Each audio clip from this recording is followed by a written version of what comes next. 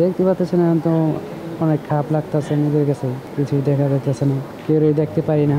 Madaripur technical স্কুলের নবম শ্রেণীর ছাত্র অনিক হাওলাদার।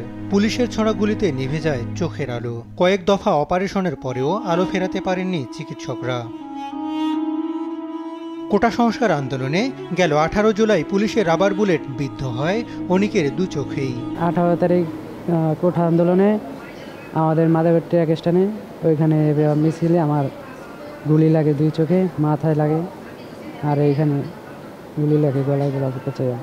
গুলি চলে স্বৈরাচার পতনের আগ মুহূর্তেও। 5 আগস্ট দুপুর 2টায় কুষ্টিয়া সদর থানার কাছে এলোপাতাড়ি গুলিতে ঝাঁঝরা হন আক্তারুজ্জামান। রাবার বুলেটে হারিয়েছেন একটি চোখ, আর শরীরে কয়েকশো বুলেট নিয়ে যন্ত্রণায় কাতরাচ্ছেন হাসপাতালে। স্লোগান দিয়েছে, এটা পুলিশের কাছে হয়তো খারাপ লাগছে, এই জন্য তারা আমাকে ঘিরে ধরে তারপরে গুলি করে আর কি। আমার মাথায়, মুখে, চোখে, বুকে এবং পিঠে গুলি। ডাক্তার বলছে প্রায় 1 থেকে 150 গুলি আছে আমার শরীরে। জাতীয় চক্ষু গবেষণা ইনস্টিটিউটে আন্দোলন ঘিরে চোখে গুলিবিদ্ধ হয়ে চিকিৎসা নিয়েছেন 700-র বেশি রোগী। এর মধ্যে 350 জন হারিয়েছেন এক চোখ, আর 17 জন হারিয়েছেন 2 চোখই, যাদের বেশিরভাগই বয়সে তরুণ। গ্লাসে কাজ মুছতেছিলাম, কাছে পরে এই কানে লাগছিল ভাই। প্রথমে কানে লাগে, গিলাসে লাগছে, গিলাসে লাগে চোখে লাগছে। পুলিশকে ধাওয়া দিয়েছিলাম, ধাওয়া দিয়ে মনে করেন যে পাশের ফাঁড়ি পর্যন্ত নিয়ে গেছি।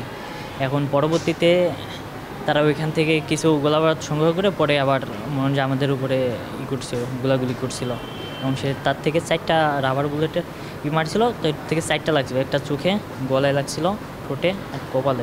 গুলিবিদ্ধ হওয়ার পরও পদে পদে ভোগান্তি করা হয় বলে অভিযোগ করেন অনেকেই। যারা গুলি খাইছে পুলিশও ধরতো, ইভেন আওয়ামী লীগের যারা ছিল, এই ছাত্রলীগ, ওরাও ধরতো আমগরে। পরে এক পর্যায়ে ওদেরকে ফাঁকি দিয়ে আমাকে এই চক্ষু হাসপাতালে নিয়ে আসা হয়। তবে পরিস্থিতি স্বাভাবিক হওয়ায় চিকিৎসার সার্বিক খোঁজখবর নিচ্ছেন সমন্বয়করা। যথাসাধ্য চিকিৎসা দেওয়ার কথা জানান হাসপাতালের পরিচালক। অপারেশন হচ্ছে না কেন? রোগী বসায় রাখছেন 7 দিন 10 দিন হয়েছে, রোগী ওটা বসায় রাখা হয়েছে চোখের লালটা কমানোর জন্য, চোখটা একটু কোয়াইট হওয়ার জন্য, অপারেশনের জন্য রেডি করার জন্য।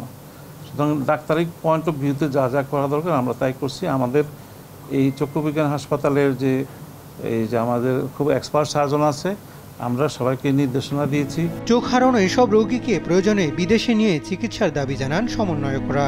প্রপার ট্রিটমেন্টটা যত আহত শিক্ষার্থী এবং ছাত্র জনতা আছে তাদেরকে যেন প্রপার ট্রিটমেন্টটা নিশ্চিত করে। হাসান মাহমুদ, দেশ টিভি, ঢাকা।